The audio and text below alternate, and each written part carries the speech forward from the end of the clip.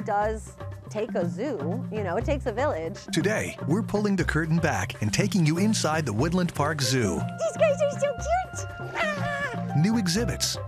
Look at the little one getting there. New animals. To train them for be stealing the show. And new adventures await right now on KIRO 7.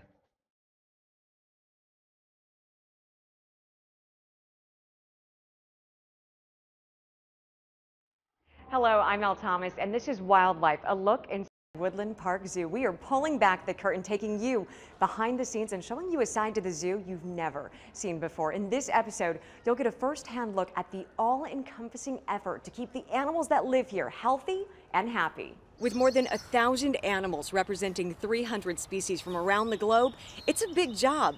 But the animals give them a hand. They're all willing participants. Good boy. Today, we're giving you an exclusive look at a tiger working with its keepers to stay safe from coronavirus. And after painstaking trial and error, we learn about the one change here at the Rhino exhibit that's making it a little easier for them to strut their stuff. Plus, it's all hands on deck over at the Sloth Bear exhibit. We check in on some of the zoo's youngest residents. But no matter how different the species, there's one thing they all have in common: choice. We'll explore the concept of animal choice, what it means and what it doesn't mean for an animal in human care. As we make our way from exhibit to exhibit, you'll notice the plants and climates change, mimicking different regions of the world. They're called biomes, and here at Woodland Park Zoo, there are 9 of them spanning across 92 acres of land. Here at the Living Northwest Trail biome, it feels like a mountain getaway. The air is cooler under the shade of big trees and rocks, and it's amid this forest landscaping where we find gray wolves and grizzly bears like Kima.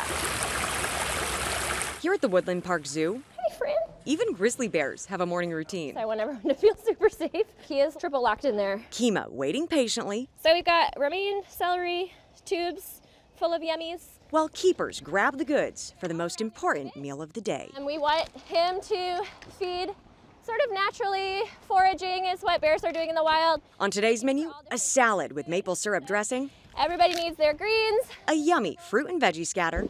And for dessert, We've got tubes. the good stuff. This one's got maple syrup, apple slice, romaine, peanut butter and jelly. Everybody loves that combo. Dried bamboo shoots More jelly and syrup. full of sticky and sweet treats. Have him work to find that. And when you're feeding a 725-pound animal that eats 20 to 40,000 calories a day, you do not want to waste a drop. Syrup also makes salad taste a little better. Once breakfast is ready, Everybody loves a fresh bed. it's time to make Kima's bed. Adding lots of fresh pine chips to his nest by the water. He's a big boy, so he can have quite a bit. The pungent aroma absolutely irresistible for this scent-driven animal. That'll do. He'll be out here rolling around later today. The zoo calls these enrichments, and while it may seem like a lot, this process is just the bare necessities for the bears. To get his caloric intake for the day, he's got to cruise around, use his nose, use his senses, use his claws, and find food. Use his tongue in this case. He's licking something off the smear that the staff smeared on a log. It's kind of like a game of hide and seek. It is. Kevin Murphy is a curator here at the zoo. Basically, he oversees the management of a bunch of animals, Kima included. We use those techniques to try and simulate natural behaviors, and that way our visitors see a grizzly bear being a grizzly bear. And that's exactly what you see. As soon as Kima is released into the habitat, he starts foraging, snacking, and of course, messing up that freshly made bed. These enrichments are actually one of the ways that the zoo gives its animals choice. Instead of free choice, I would use the term managed choice. We provide the animal choices to control its own world within the spaces that we give it. Think of it like this. The zoo puts out things that it knows are enticing to bears, like all of those treats. But it's up to Kima to stay active and pursue them. If you create movement, you create exercise, and you create stimulation just like with a person, you're going to be better off as a bear. And at 28 years old, it's those managed choices that are keeping this old man as thrifty as can be. And no, that doesn't mean that the bear is trying to save money. Thrifty is just a fancy way to say he's thriving, growing, and healthy. And I think people appreciate when there's movement and when they see an animal active. They appreciate the size, the majesty of the animals. And while Kima gets his workout on, the American river otters stay active by dipping in and out of the water. They'll even chase you around if you want to join in on the fun, but don't be fooled by their cute, playful nature, because as soon as feeding time comes, their wild side comes out. These cute little American river otters are carnivores. Keepers add live trout to the water, giving the otters the option to chase their prey, hunting them down, just like they would in the wild. Talk about fresh sushi. We know animals have a lot of choice when it comes to their food, but it also plays a role in how they participate in their own health care.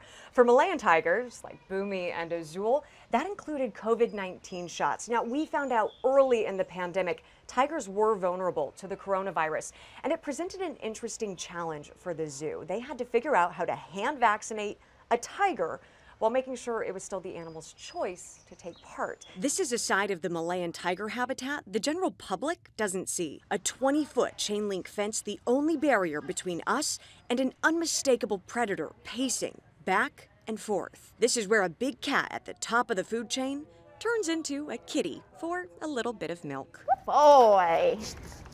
This is how the zoo trains its big cats to take part in vaccinations and blood draws, which they have to do about every 2 weeks because of the pandemic. We began training them or reinforcing the training for hand injecting for COVID vaccinations. And in part of that too was also to train them for, he's stealing the show, training them for getting blood from them. Martin Ramirez, another curator here at the zoo, says having those samples is crucial for the tiger's well-being. But the thing is, tigers like getting shots just about as much as we do. So the zoo had to find a way to do it while still giving the animal a choice. Every aspect of that training session is voluntary. It's just a little food-driven. You're guiding them. Sure. We're giving them a reason to participate, right? That's where a big tray of raw meat and a spray bottle full of evaporated milk come in. So we have a feeder, which is what I will be doing today. The job takes extreme focus, so we weren't allowed to talk to the keepers during the session. Yes. So Keeper Christine gave us the lowdown beforehand. We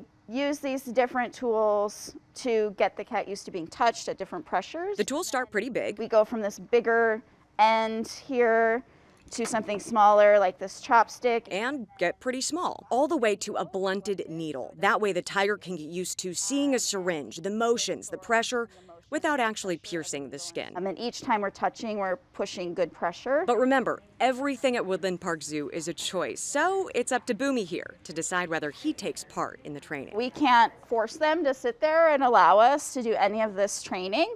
They have a choice to come over, they have a choice to lay down and eat. If they don't want to, they will tell us, because they will walk off and do whatever else they want to, and that's totally fine. So hopefully he wants to participate this morning. We'll see what happens. I'm ready. Hi, buddy. I know, good boy. Right away, Bumi gets into position. Bumi, turn. And Christine starts the reinforcements. All right. Using a spray bottle for the milk and a giant pair of chopsticks for the meat. Bumi down. All right. How is his positioning? Meanwhile, Kim takes all of the tools to the tail. All right, go ahead and open the door. Okay, opening. She uses a big hook to fish Bumi's tail out of a tiny opening at the base of the gate. Good boy. From there, it is constant communication. I'm gonna touch him with a chopstick. Okay. Touching. No reaction. Okay. Kim using the different size tools to apply pressure. Oh, he flicked a little bit. Hi, bud. Christine keeping him fed. Both gauging his reaction. All right, I have the fake needle. Okay. I'm gonna be putting pressure. Go ahead. Okay, there was no reaction with that. Good boy. Good boy. All right. Let's go ahead and take that tail back. I know, Bumi, it's all yours. Good boy. Good boy. All right. He even hung out after to do a little bit of grooming. All done. He did really good. It's not just the big cats that get their COVID vaccines. Yeah. Great apes do, too. And it doesn't stop there. The zoo is leading the charge in furthering our understanding of gorilla health in general, specifically when it comes to their hearts. It looks like something out of a sci-fi movie. A 250-pound gorilla stretched across a table, surrounded by doctors. But this is no science project. It's a health check, just like you would do at a doctor's office. Every gorilla at Woodland Park Zoo undergoes a full physical health screening, just like this, every 3 years, checking vitals, doing x-rays, even dental cleanings. And while the apes need to be asleep for this full head to toe, many of their more regular health checks are completely voluntary. A huge part of our preventive medicine program for all of our animals, specifically gorillas, is training. But each of them has a keeper that they prefer, and so we'll take advantage of that. It's like, okay, you're going to be this gorilla's trainer because she likes working for you. You're back there buying their love with grapes, aren't you? Exactly, yeah. I try, but it doesn't work, yeah. Okay, jokes aside, the trainings are largely food motivated. Watch how this ape voluntarily puts his arm through a chute. He's willing to participate in a blood draw. In exchange for some snacks, of course. Veterinarians need that blood to make sure they're healthy and to diagnose any issues. You may not guess it by the big muscles and lean diets, but these primates are prone to heart problems. Heart disease is actually a very specific issue with male gorillas. And so we're trying to understand more about what that is and what's happening. Is it diet related? Is it social? Or is it genetics? Woodland Park Zoo participates in the Great Ape Heart Project, contributing their data to a group of experts researching what causes those problems and trying to find treatments so the apes can live longer. Everything from blood work to the EKGs. And the goal of this project is just to get a better understanding of what's going on with male gorillas specifically. So how do they get that information? Heart ultrasound training. Zoo Atlanta shared this video with us showing how it works. The gorilla is trained to present its chest to a gate. And the second position is left side flush against the mesh. Good boy. While the keeper is conducting the ultrasound with one hand, they keep the snacks coming with the other. And at the same time, a cardiologist collects pictures of the heart. They say getting the apes used to the ultrasound jelly is one of the hardest parts. Even this gorilla wipes it off as soon as the keeper takes the probe away. Still, he puts his chest forward again, ready and willing to take part in round 2. It's a lot, but all of those healthcare efforts are the reason you get to see this every day at the zoo. A happy, healthy, well-balanced troop. They are ambassadors to their wild cousins. So we have a responsibility to give them the best care possible. They're here, they're our responsibility, and we take that responsibility seriously. Coming up, we get up close and personal with a couple of rhinos. We've heard from the guests that it's one of the coolest things that they've ever done. Plus, things heat up over at the Komodo Dragon exhibit.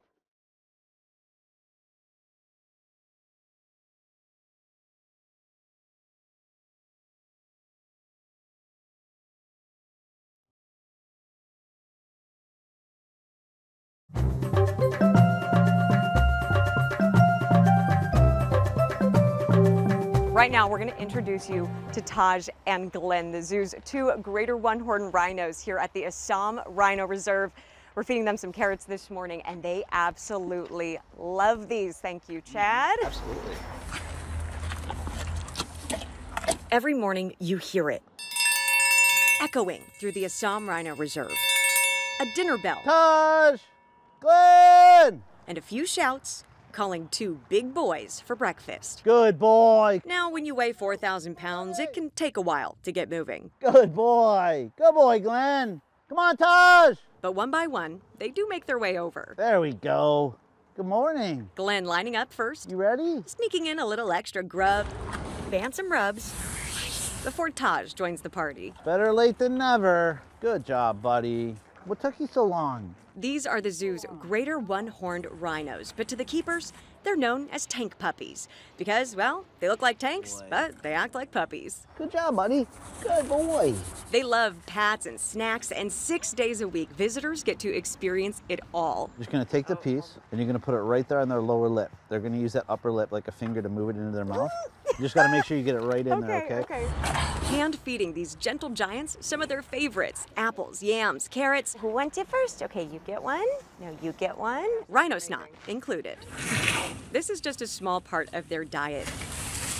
They need to eat 75 pounds of food every single day to help them pack on the pounds. They only have 2,000 to go until they're full grown. It is a fascinating part of who they are, but that weight made it really hard to find the right type of flooring for their home. These rhinos here have 3 big toes. You'll see their nails, and in the middle is a big squishy pad. We caught up with Dr. Bonnie Baird, Woodland Park Zoo's first animal welfare scientist. Can you get all the way in so your brother can come in, please? Taj and Glenn tagged along too. My dream is to communicate with the animals. So shy of that superpower, I can be a scientist and use indirect methods to try to figure out what they're telling us. She was brought in to study Taj and Glenn back in 2020. We started seeing some behavior changes in Taj. He was limping a little bit, kicking off his toes when he's standing still. We worked on some tricks training. We're able to get him to lift up his foot voluntarily so we could look at it, take some pictures. We saw some really weird abnormalities, some chronic foot issues in him starting, which we don't usually see in the species until they're much older. They needed to figure out what was causing the problem, starting with a look at the habitat from the ground up. Even this is poured rubber, which is what was recommended when we first got them. Poured rubber flooring inside. It's soft enough. Turns out it's not, though. And sand outside. Sounds squishy. Unfortunately, when it rains, it compacts and turns into harder than concrete. And every time they walk, it scrapes a little bit and pulls a little bit, and it then rips and tears and gets worse and worse and worse. They reached out to other greater one-horned rhino experts from around the globe for help. What you need to do is dig out 2 feet of whatever you have and fill it 2 feet deep with these hardwood big chips. So that's what they did. They gave us these videos showing the year-long effort in hyperspeed, crews digging out 2 feet of concrete, laying a new foundation, and pouring in thousands and thousands of perfectly sized wood chips. You can really see the difference. Before, with the sand, we would walk and it would just kind of plop. And after, with the wood chips. They walk and their feet actually sink down into it. And in just 2 weeks, Taj felt the difference too. Just this little bit made his symptoms go away. Fantastic. We are able to take pictures of all their feet monthly. They look beautiful. We don't see any cracks or any of the injuries or defects we were seeing before have all pretty much healed. Seeing that, even if it's just a little bit of an improvement, is what really makes it worth it for me.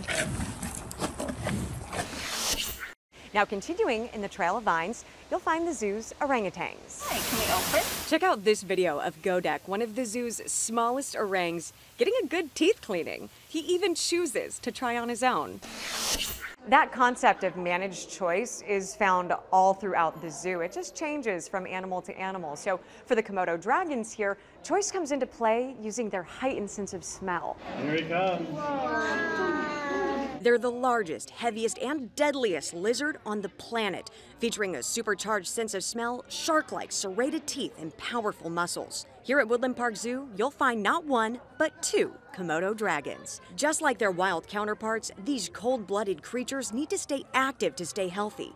And in human care, it's the zoo's job to make that happen. We need to stimulate them both physically and cognitively as well, and this is one way we do it, by moving them through different spaces. But try to put these 2 together, you'll get a really unfair boxing match. So that big guy next door would actually end up probably eating this one. That's a big lunch. That's just what they do. So how do you get them to swap without crossing paths?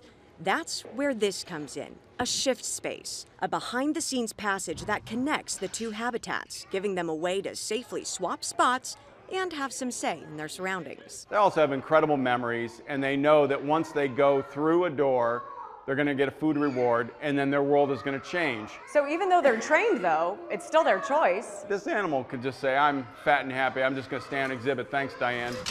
We set up some cameras to catch the switch. As soon as keepers open the doors, you see the larger dragon, Barani, move into the shift space. Once Nicole is out of the habitat and secured, Kevin gives the go-ahead. You can go ahead and work your shifting magic, Diane. Thank you. And Diane, a keeper in the back, opens the door, using a small, dead rat to encourage him to make the move. You can see the moment Barani's powerful sense of smell kicks into high gear as he uses his tongue to pick up scent molecules in the air, guiding him directly to other carcasses scattered throughout the exhibit. Meanwhile, the swap continues, turning her attention to Nicole. She opens the door to the holding area so he can take his turn moving into the shift space and onto his new home. Just like that, both have new surroundings and are cruising around, highly stimulated by the scent of the rats and each other. He can tell that another male's been in the space, and he's dragging scent along the ground because he's letting know another male that he's here now. It's a simple swap that will keep these guys active for days. Still ahead, we're along for the ride as the zoo keeps up with a couple of curious cubs. But wait, time to test your wildlife knowledge. All of these are true about sloth bears except one. Can you spot the lie? We've got the answer on the other side of the break.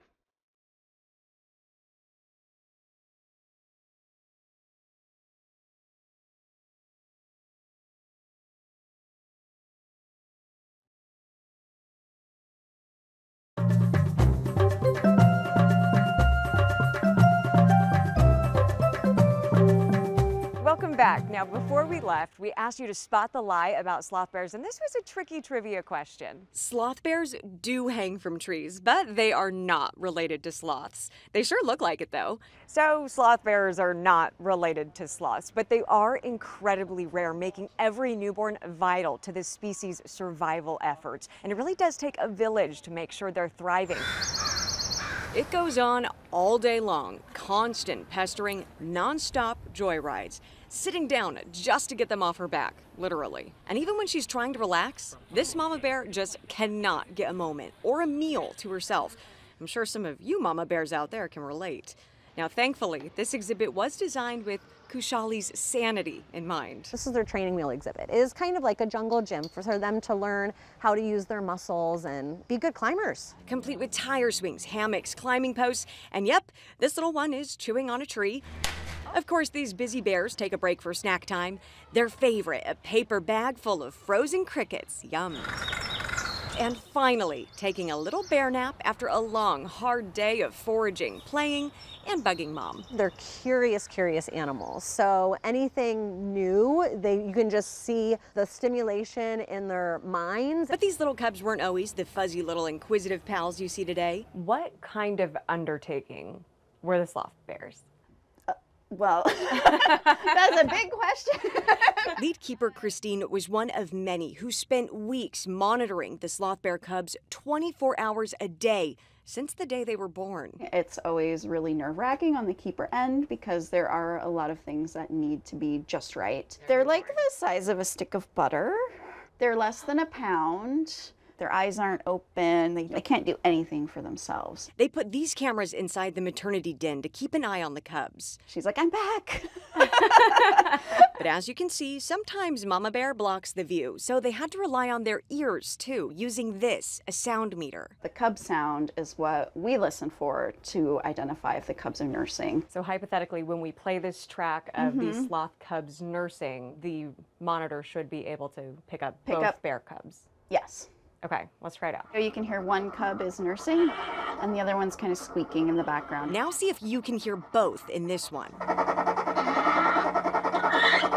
Now, is it just me or does it sound like when you're trying to start your car and it won't And the starter's not going? Yep, it's a very, very distinct sound. So thank you, bears, for having this distinct nursing sound because it helps us do our job. 3 months of long nights later, the cubs just had one test to pass to prove that they were ready to move out of the maternity den and into the exhibit, climbing over the baby gate. She's like, darn it, they're getting over the wall. Well, that's it for this episode of Wildlife, a look inside Woodland Park Zoo, but there is still so much more to learn. You can catch all of our previous episodes on KIRO7.com/zoo. Thanks so much for watching, everyone.